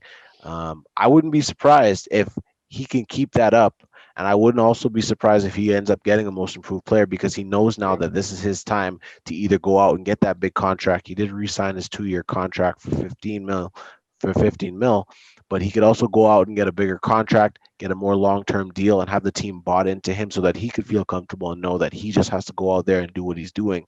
But right now he could prove himself, and from what I'm seeing, I have to be honest with you, I think he could actually come out and be most improved player of the year. Good choice, man. I like the analysis I like that. from I everyone. like that pick as well. He was I like that. actually Yeah, it's great. And he's I overlooked him. if I, yeah, Yeah, no, definitely. that's He was up in my top 3 as well for most improved player. I like the Brandon Ingram pick, but I feel like at this point I feel like we know what Brandon Ingram was capable of. I mean, he was an all-star last year, so it's not like he's fooling anybody. You know what I mean? Like, people know what he's capable of right now. Yeah, sure. But yeah, definitely some great picks. I like that Chris Boucher pick though. But I have to go with my guy Jaylen Brown on this one. Jaylen Brown's been balling. I probably would say he's a close Respect, second. Mr. Lowe. Respect. So MVP guys, it's early, but right now there's some guys that are really proving to be MVP. We got Giannis coming in at back-to-back. I don't know if he can go for a 3-time MVP. I haven't seen that happen. It hasn't happened in a long time. But what do you guys think? Number one guy standing out right now in terms of being the most valuable to their team, but also the best impact, best value player on the court. I got to go with. I like what Kenton touched on earlier. Big credit to KD coming back and balling at his age with the Achilles tear. This guy's averaging, what is it, like 31 points a game, 37 minutes, and he's shooting 53% from the field, 47% from 3-point line. So I got to give it to KD, man. I think especially just the magnitude of the injury that he's coming off. Yeah, I know I he like had that. I know he had the extended time off fine with the bubble and the long carryover, but anything short of coming off Achilles tear, I got to give it to Kevin Durant right now, no doubt about it. I hear that. Kevin Durant is making an impact, and he could lead a team. Yeah. I like that pick. I like what Katie's doing, but I gotta go with I know Sheldon will like this pick. I gotta go with my guy Nikola Jokic. Oh my God! My guy, this guy's a 7-footer. This guy's second in the league, and this guy's averaging a triple-double as a 7-footer. Come on, guys! This guy's averaging he's averaging 10 assists per game. He's averaging 10 or 11 rebounds a game, 25 points. I mean, you got to go to you look at the most valuable player in the NBA right now. I mean, if he's out of Denver's what? 3-4 below 500, potentially missing the playoff team, maybe making the play-in tournament. But you're right, Nikola Jokic, very overlooked. I agree. I would not have thought of that. So I like that input from Kenton. I mean, the guy's 7 foot. He's not really like the most chiseled guy in the world. Like, he literally looks like you know what I mean? He like walked in from the grocery store and, he's playing NBA basketball at an all-star level. But man, he's having a triple-double. But he's having a 10 assists, triple-double per game, and he's 7 feet. So I can't take it. I can't take anything away from that. I got to give him credit where credit is due. Cool. I'm sorry, guys, but for me, it's going to be either Luka Doncic, who's averaging 26 points, 10 rebounds, 9.5 assists a game. That's one of my picks. And Trae Young, a guy that's averaging 24 points and 9 assists a game. It's going to come down to one of those. Interesting. Those guys are hot right now. For sure. And I think Doncic is a strong candidate. Yeah. Those are my 2 picks. Yeah, cool. Yeah. Yeah, no, I like those picks. Aside from the obvious LeBron James, Kawhi Leonard, Paul George, I definitely like Luka Doncic this year, and I think it's going to be dependent on how well he does with Dallas, how far he could take them. But I actually have a surprise pick, and I think that Joel Embiid, if this is his year, if he could contend and remain at the top of the Eastern Conference, if he could win those matchups against Brooklyn throughout the season, if he could withstand the games from Milwaukee and prove why he's the most dominant player, Eastern Conference and potentially the league, definitely like the Nikola Jokic. I think that Nikola Jokic is potentially and probably is one of the best big men in the league. But right next to that, I would probably say that the potential and also the abilities, that Joel Embiid could present. I think if this is his year and he decides that he wants to dominate, if he could stay healthy, I like Joel Embiid winning it. Otherwise, Luka Doncic is just right around the corner from creeping and Hmm. finally getting his first MVP title. Jumping over to Defensive Player of the Year, I'll leave this up in the air to anybody who wants to jump in. Defense wins championships, and you want to have that defensive player on your team. For What sure. do you guys think? Who's the number one either lockdown defender or most valuable when it comes to defense on the defensive end? To be honest, and he gets overlooked a lot for his. I think he should have been defensive player of the year the last 2 years. I mean, um, but anyways, I think Rudy Gobert. I mean, he's averaging 2.5 game. Gobert. He's averaging double-digit rebounds. He's honestly, to me, he's one of the best rim protectors in the league right now. Yeah. So I definitely have to put him as my defensive player of the year. I think it's long overdue, and I hope he gets it this year. I mean, he might not be the most sexy choice, but he's definitely my choice right now. Okay. Harris, what do you think? Defense first. Harris, you there? Yeah, I'm here. Sorry. Yeah. No, I was actually gonna go with the French rejection too.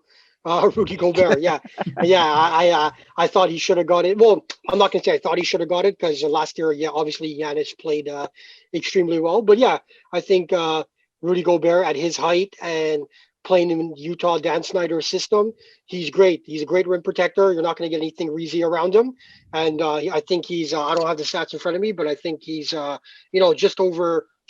3 blocks or under 3 blocks a game, along with the double-digit rebounds and the double-digit scoring. So yeah, he's my choice right now for early defensive player of the year. Okay. I don't doubt that. I definitely think he has the potential. He's one of the reasons why Utah's defense is the way it is. Yeah, And the reason that he got that contract was not because he can give you that big point production, because there's guys on the team that can give you the scoring. It's yeah, really because of the defensive presence that he has. yeah. Jelani, are you thinking the same thing? Are you thinking the Gobert report, or where are you leaning towards when it comes to defense? Because as a coach, I know that you preach defense in your sleep and you preach defense when you're brushing your teeth. It's all day long as a coach. You want to make sure that your players are bought in defensively first. So who is Hey your guy when yo, it comes to defense? for me, I actually don't have a pick. It's still early for me right now, but I Okay. agree with what Harris and Kenton were saying about Gobert. Gobert is a really good defensive player, so Yeah. I'm gonna go with him for now. But it's still too early, so it remains to be seen. Yeah, no, it's true. There hasn't been a lot of basketball, and also a lot of games have been getting postponed. So it's hard to really say. There are some good games that you have watched or haven't watched that you could see that there is potential there. I'm going to go a little against the grain here, and I think that this is one of the players that I actually think, if this rematch happens between Miami and LA, that this could be the reason that Miami wins. And I'm going to go with Bam Adebayo, Right. because right now he is a core piece for Miami. He went on and got a big contract. He's proven that he could do a good job when it comes to guarding Anthony Davis, but I think he's also a good two-way player. I think he's good when it comes to pick and roll. He's working on that pick and pop game as well. Yep. He's Yep. definitely good when it comes defensively, locking guys down, getting some block shots, grabbing rebounds, and pushing it up the floor. So I think it's really depending on how far he could help Miami. But if he does end up back in the finals, and he potentially pushes the games to 6 games, 7 games, and then wins, that's definitely a sleeper pick, Miami. But I Sure. think Bam Adebayo as a defensive player of the year is my pick to upset a few people, to say, he's actually um, defensively a really good player that can guard pretty much maybe 3 through 5 because of his versatility on the court. We're going to jump over to six man and then the coach of the year, and then we're going to do a quick recap and be able to sign off. So again, thanks to everybody for tuning in to the Ant Green Show Sports Podcast. I'm your host, Rahshawn, and we have Kenton, Harris, and Jelanie, and we're going right now to conclude our awards predictions, early season awards predictions, and then do a quick recap of the episode. So for the six-man position, being that LA got the potential two best six-man that there is, does anybody see those two players winning six-man of the year this year, or do you see somebody else really emerging as Sixth Man of the Year? I think one of the two in LA. I think especially, Montrezl Harrell coming off the bench this season, 25 minutes a game, close to the 14 points and the 7 rebounds. I think right now, early in the season, the fact that the Lakers are 12-4, if I had to give the award today, I would give it to Montrezl Harrell again. Okay, and I see why, because he is the type of player that he is. You know that if he's coming off the bench, if he's starting, he's going to give you the same production. Yeah, yeah, Um, and you know that when you have him on this team, he's somebody who's always going to give you his best. So yeah, I really like that pick as well. I would go with Montrez as six man playing behind LeBron James. You got that accountability factor. You got to bring your best, and you're not going to have too many days off, especially if you have to stay to the standards of what LA Lakers want to keep you at. So that's my pick. I like Montrez. You think of the same thing, Kenton, Montrez, Schroeder, or you're going kind of far left with this one? I think definitely Montrez is he's definitely in the right place to definitely repeat as a Sixth Man of the Year. Mm-hmm. To be honest with you, though, I'm gonna kind of veer in a different direction and say that I hope someone like Derrick Rose can pick it up this year. He's been a sixth man for quite some time now, and he's been consistent in terms of his production. So I hope that he's able to get that award this year. I mean, it might not be in a winning effort because Detroit is really, let's be realistic, they're not making the playoffs anytime soon with the team they have. Yeah. But if I just hope it would be a feel good story. You know what I mean? Knowing what D-Rose has been through, being the youngest MVP in NBA history to come back and win the Sixth Man of the Year after all that he's been through. You know what I mean? So that's something I like to see. Has there ever been a winner of the MVP award in the Sixth Man, or no? I don't think so. That's actually, a good question. I'm not too sure. I'd have to research that, but I'm trying to. I don't think so. Okay, cool. All right, and Jelanie, what do you think here? Sixth Man of the Year, you're going with Trez. You said Trez, right? You mentioned Trez. I like Trez. Like I said, it's still too early for me. Still too early to say anything right now. So, but I like what you guys have been saying about Montrez and what he brings to the Lakers. So, all right, and I guess the last award we have here is Coach of the Year. Oh, you have something to say, Ken? Before we change subjects to answer Harris's question, I think James Harden was MVP and Sixth Man of the Year, and also Bill Walton. Yeah. Okay, cool. Yeah. Oh wow. Okay, that's I cool. did not know that. That's cool. Good to know. Good facts. Yeah. All right, nice. So the last one here we're going to touch on is the Coach of the Year. Now I know there are still some really Hall of Fame coach that, in terms of Greg Popovich, he's one of the first that come to mind in terms of Hall of Fame coaches. But you also want to rate a coach in terms of what they're able to do when it comes to managing personalities, how they're able to help teams get through some mental lapses, some losing streaks, and also to maintain their dominance. So when you guys think of Coach of the Year, it's really early to say, but based on what we're seeing from certain teams, what do you guys like? Right now, personally, if I had to give the Coach of the Year award, man, I would give it to Tom Thibodeau, and for what he's done in New York. I think especially if you look at some of their wins against Golden State, some of their slapped up the Celtics last week by 30. Slap up. But I think, and they also beat the Bucks. But I think, and even some of their losses this year came against good teams, against Philly, against Indiana, and even though they're under 500, 8-9, fine, but defensively they're playing well. Julius Randle, RJ Barrett are really clicking. I like what Mitch Robinson's bringing too. Oh yeah. And Obi Toppin, of course. I know he's been injured. Obi. Yeah. But no, I think Thibodeau's getting the most out of them. I think Thibodeau's really instilling that culture of defensive mentality. And listen, it's essentially the same team as last year. And last year they weren't that great, and now they're playing with a little bit of more systematic structure. So right now I got to give it to Thibodeau for what's happened in New York. All right, we got Tibbs on the board, and I appreciate that because I definitely like what they're doing there. Kenton, you got something to add? Yeah, I was gonna say. I mean, as I like to see what the Knicks are doing, but at the end of the day, the Knicks are the New York Knicks. You know what I mean? I'm sorry. It's only. Jelanie, you can't. Seeing now. Jelanie, you can't be laughing, man. You got slapped up last week. Hey, look, man, like I said, I'm just a fan. I don't control anything. I don't control nothing. So at the end of Good the day, answer. Good it is what answer. it is. It is what It it is. is what it is. And 30 At points. least honestly, it is. I like what I'm seeing from New York Knicks. I feel like the young players are really playing well. But again, I mean, this is still very early into the season. Yeah. And you just know they're almost like the Dallas Cowboys. Like, the wheels are going to fall off at some point, man. And it's coming. It's just a matter of Wow. when. You know what I mean? Right back to the lottery. It's not a question of if, Horrible. it's when. Oh, And man. Tom Thibodeau, as great a coach as he is, he's known for really like grinding out his players and and working his players. So Yeah, it's as true. I said, who knows if that's going to mesh with the young team that they got.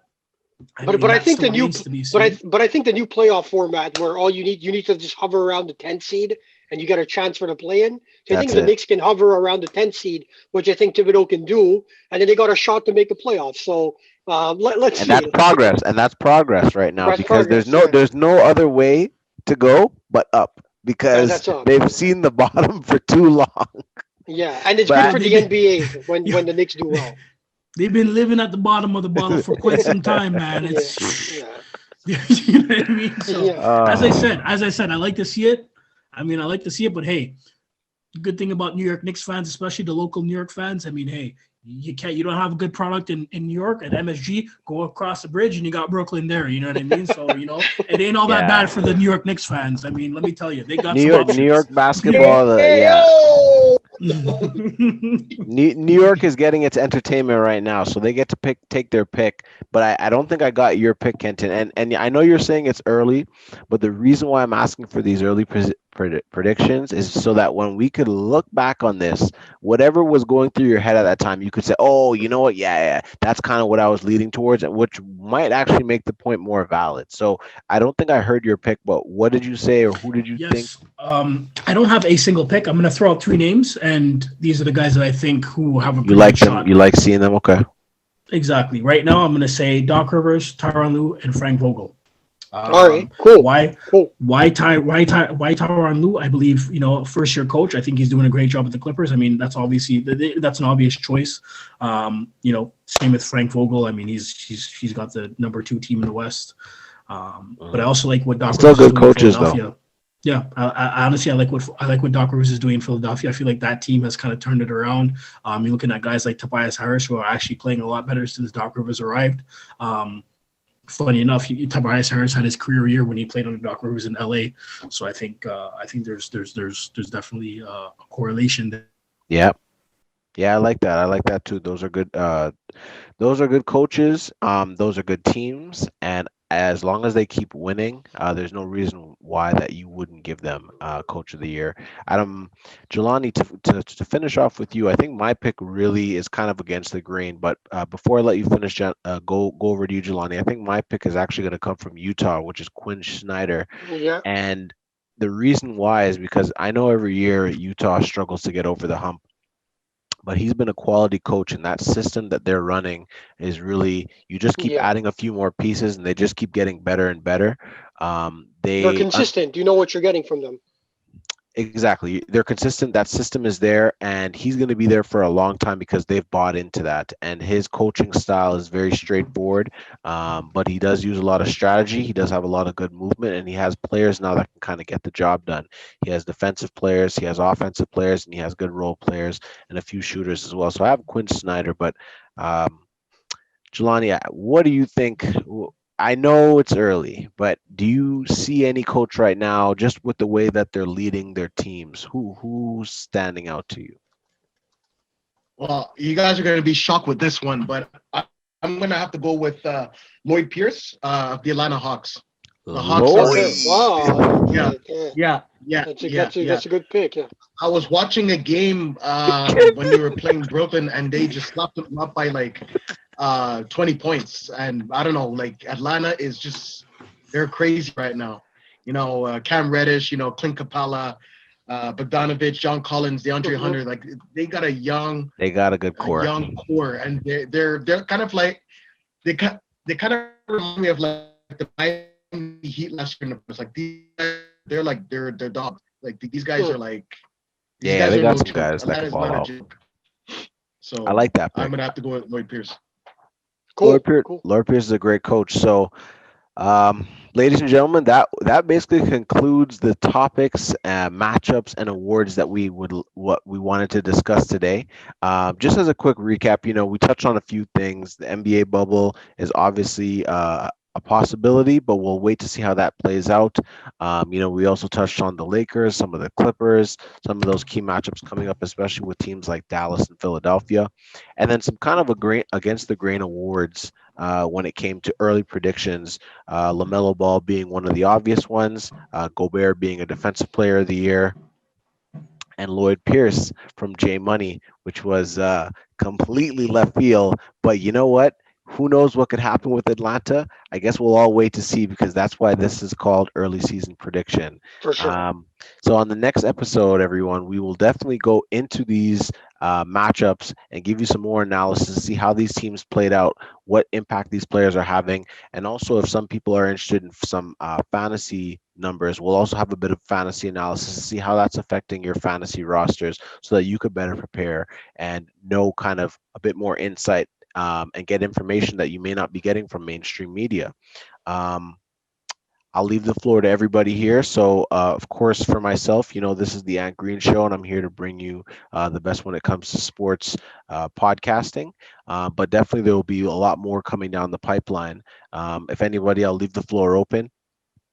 If there's anything that you would like to people to know, where could people find you at? If you have any social media account that you're active on, or just overall, if there's anything going on with yourself, if there's anything you want people to know, I'll leave it open for everyone.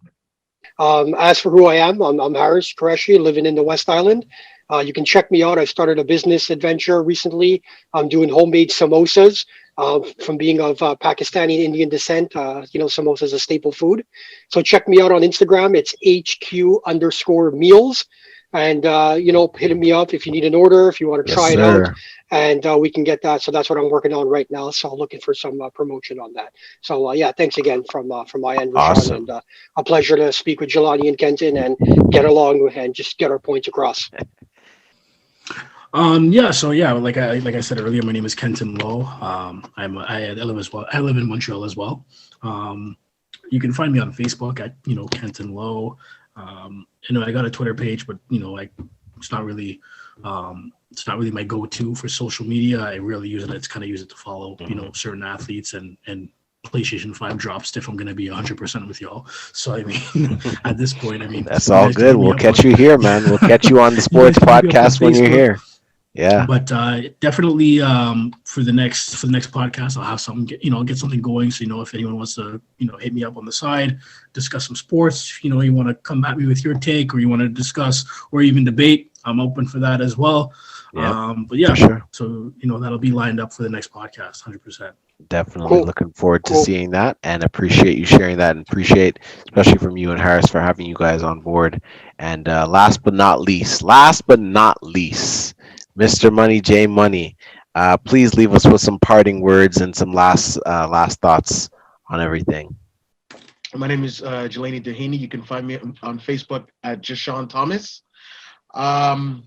Once again, I'm a head coach at Sun Youth, and I live in the West Island. So, like I said, moving forward, I think that we have a lot of great potential for this podcast, and I'm also looking, to get a little exposure for myself, whatnot, and try to build, my career and what I'm trying to do. So, it was great having, Kenton and Harris, on the show and whatnot, and I'm just really happy and excited to stay with you guys. So thanks for having me on. I appreciate it, man, and thank you guys, and thank you, Jelani, for that. Thanks for having everybody tuning in today. This was our first episode, but first of many. So we'll definitely be back with more great takes when it comes to trending topics, key season matchups, data analysis, some fantasy sports talk, and as the season goes on, we'll be able to give you more realistic predictions. Thank you so much, guys, for tuning in. This is another episode of the Ant Green Show, and until next time, stay blessed.